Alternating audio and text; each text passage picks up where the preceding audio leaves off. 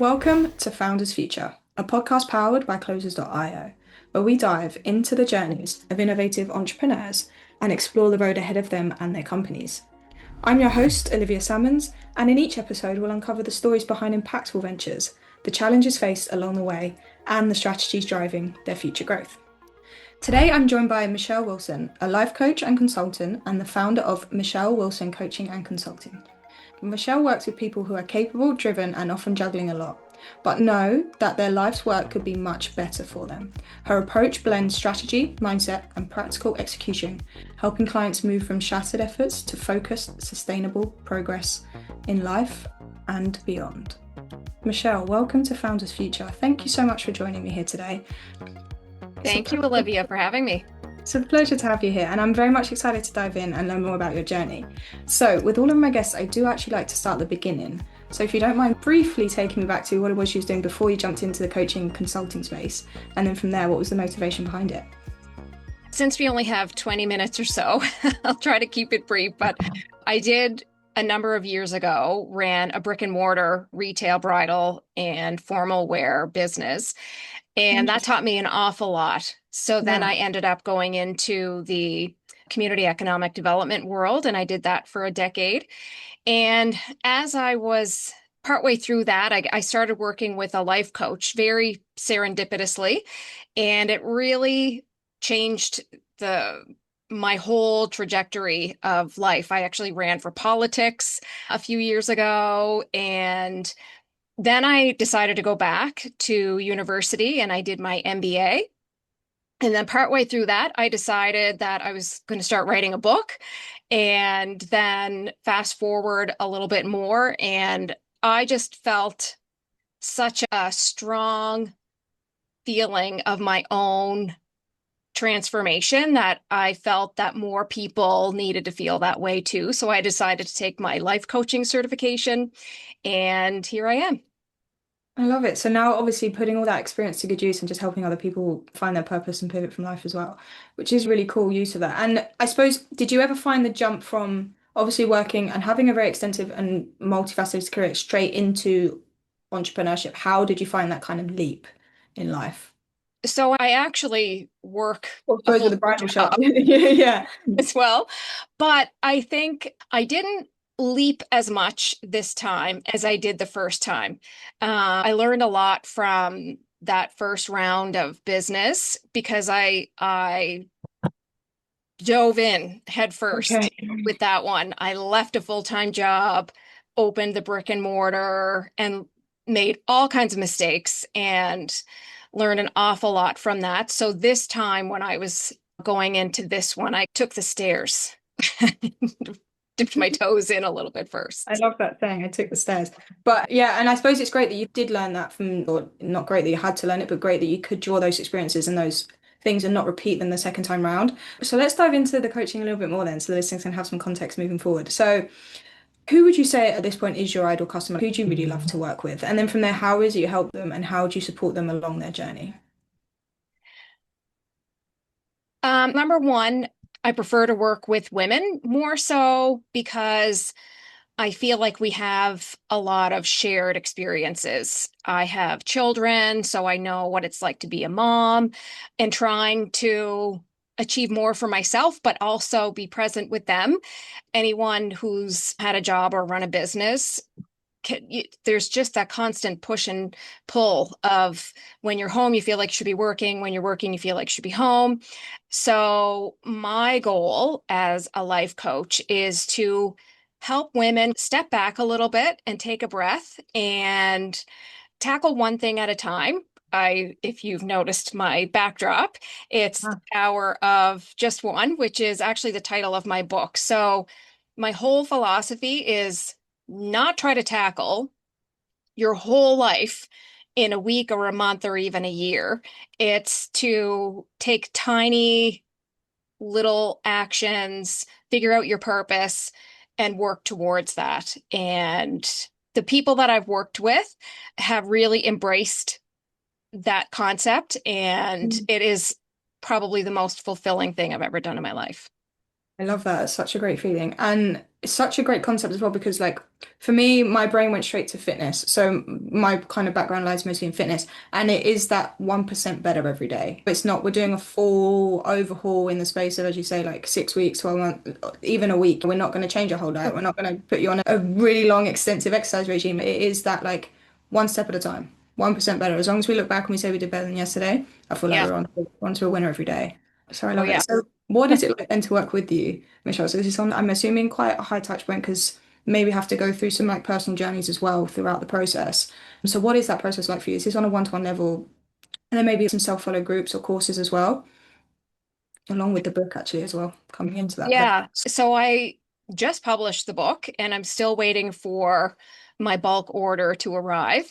Again, very serendipitously, my backdrop arrived a couple days ago, just in time to be invited to the podcast. But what I had also done last year was developed a life planner. So I also have that tool. I remember when it arrived and I had worked many hours to design it and it came in and I laughed out loud because it was so thick. But it's been a really great tool. I used it myself for the past year and then obviously upgraded for this year. It's all about helping people find the right tools to help them succeed. So the book and the planner and the personalized coaching. So it's based on what your goal is, not what I want for anyone. So if your goal is fitness or just being a better partner or parent or employee, whatever that might look like, and it's just walking the individual through what's just the focus on one thing each day or each week instead of trying, again, as I mentioned, trying to do all the things. And so we look at what are the wins that you had in your past week? What are some challenges that you came across? How did you handle them? What Mm. challenges do we anticipate that are going to be coming up for us? And how are we like make the plan for how we're going to tackle those challenges when they come? And so that people are better prepared for when they come because they always come.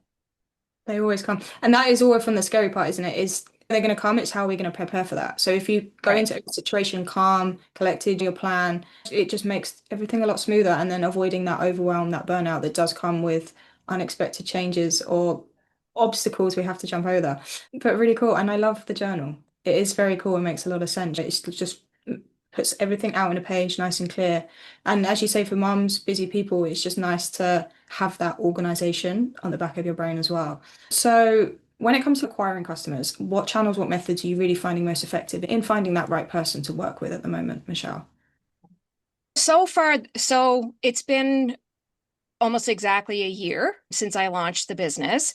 And up until now, I have found I was most comfortable with the three main platforms, LinkedIn, Instagram, and Facebook. So really what I've been doing is sharing my own stories of achieving my own goals as an example of this is what we can accomplish if we put our mind to it. And I talk about using my own life coach as someone who has guided me. And now I want to give that experience to other people around the world. So that has attracted people through, I think, just through my authenticity and my own real story.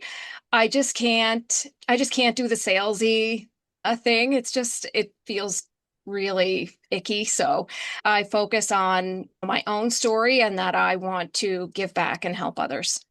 Yeah, I think that's a great way to build that trust with people you don't know anyway, that Yeah. resonation that you're looking for from that online space. Did you have much experience with like sales and marketing before you came into this, or is it like a new thing you've had to wrap your brain around a little bit? I have had actually plenty of experience with sales and marketing. There's an award on my desk over there on my shelf that is an actual marketing award. However, all of the marketing and communications that I've done have been a focus on retail. Yeah. So this is a very different experience for me. It's been a steep learning curve, which is why I'm just coming back to my story, which is what we want to use in retail as well. So it's just that relatable experience that people want that I'm falling back on my experience over the years. Yeah, I feel like sometimes as well, half of the parcel is that like imposter syndrome that sneaks into founders, where it's very different selling yourself as a service rather than an actual product sometimes. So it's just Yeah. jumping over that hurdle a little bit at the start as well, even with some experience coming in. It's funny because when talking to my life coach and planning my book launch and all these things for myself, I said to her one day, I said, if this was somebody else, I would have a plan for them in 10 minutes, but it's for Right. myself. It's just so much more challenging. Yeah. No, it is. And a lot of founders find themselves in that exact same position because it's just, where do I trust myself in this? And it is just about putting yourself out there. It's so much easier said than Yeah. done, but you're not alone in that issue, trust me. That's one thing. But I suppose, and also, what are your plans for the next 6 to 12 months? So when you think about the goals or your visions for the company moving forward, like what does that look like to you?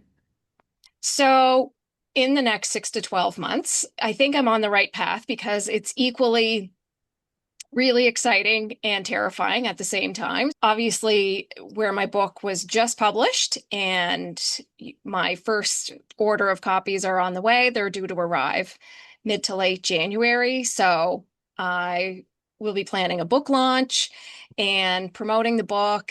And I've been promoting the planner as well, but my main focus will be on the book and from the book, taking that message of the power of just one because I just feel so passionate about it because I've seen what it can do to build the confidence in women and share that message more broadly through speaking engagements, maybe retreats and things like that, along with some one-on-one coaching. But I feel that if I can reach a broader audience, I can convey that message more effectively. Yeah, so that one to many really driving the purpose out there, which is really cool. And I suppose, do you have any ambitions to maybe add on some form of community or a group factor as well? Just because they do add to that camaraderie that comes with the whole community vibe of it. Having other people going through a similar kind of situation and just leaning on them as well is often quite nice to Yeah, have. there's actually a friend of mine has had some experiences with some coaching, and he has mentioned having a bit of a community. So it's something that is there. I'm not sure that will be my main focus this year, but I know that it's a potential opportunity for me for sure. Awesome. And it is just about the outreach, how many people can we help and the purpose behind that. And I suppose like where are you probably finding the biggest challenge for yourself at the moment, Michelle, in taking those next steps? I think some of the biggest challenges would be fitting it all in and choosing which thing to focus on. So, using the power of just one on myself and figuring out what's one thing that I need to do this week, which is where using my own planner Yeah. comes in handy. So, at the beginning of my week, I write down the goal that I'm manifesting and I do all the visualization. I plan out my week. I execute my week. Then I reflect and go from there. I have to be very particular about the actions that I take. So I want to make sure that they have the most Yeah. impact because the challenge is my time. Also, resources. But I think probably even bigger than that is that imposter syndrome and the self-doubt. When I was watching the one of the other podcasts last evening, the thief of joy comparison was creeping in and I was like, I'm not as established as her and I'm newer and all these things that I'm sure many people struggle with started creeping in and I thought I'm just not going to watch anymore because I know what message I have and I believe strongly in that. So I just need to keep moving forward with courage. I guess that's the other big challenge is finding the Yeah. courage to move past those things. Yeah, 100%. And again, as I said earlier on, it's something that does affect a lot. And especially the more I speak to women founders, slightly more than men, that imposter syndrome just sneaking in all the time. And it is the comparison, sticking to your own lane, doing your own journey. You've got your own mission and your own purpose in life. And just know that no one else is better than you is all you need to remember. And time is of an essence. Have you like maybe utilized some form of AI and stuff at the moment just to like really narrow down the window of time that you Oh, have on top of that as well? ChatGPT is Nice. my therapist sometimes. And even when I'm trying to design something, I love to overthink things. So I have 10 versions of like this backdrop behind me. So I asked ChatGPT which is the best one. So I use ChatGPT quite a bit. It cuts down on the overthinking time and lots of other ways that I use it. Yeah. Yeah, it's such a great tool. And I don't know what founders were doing 10 years ago without it because it must have Well, we been, were guessing. there you go.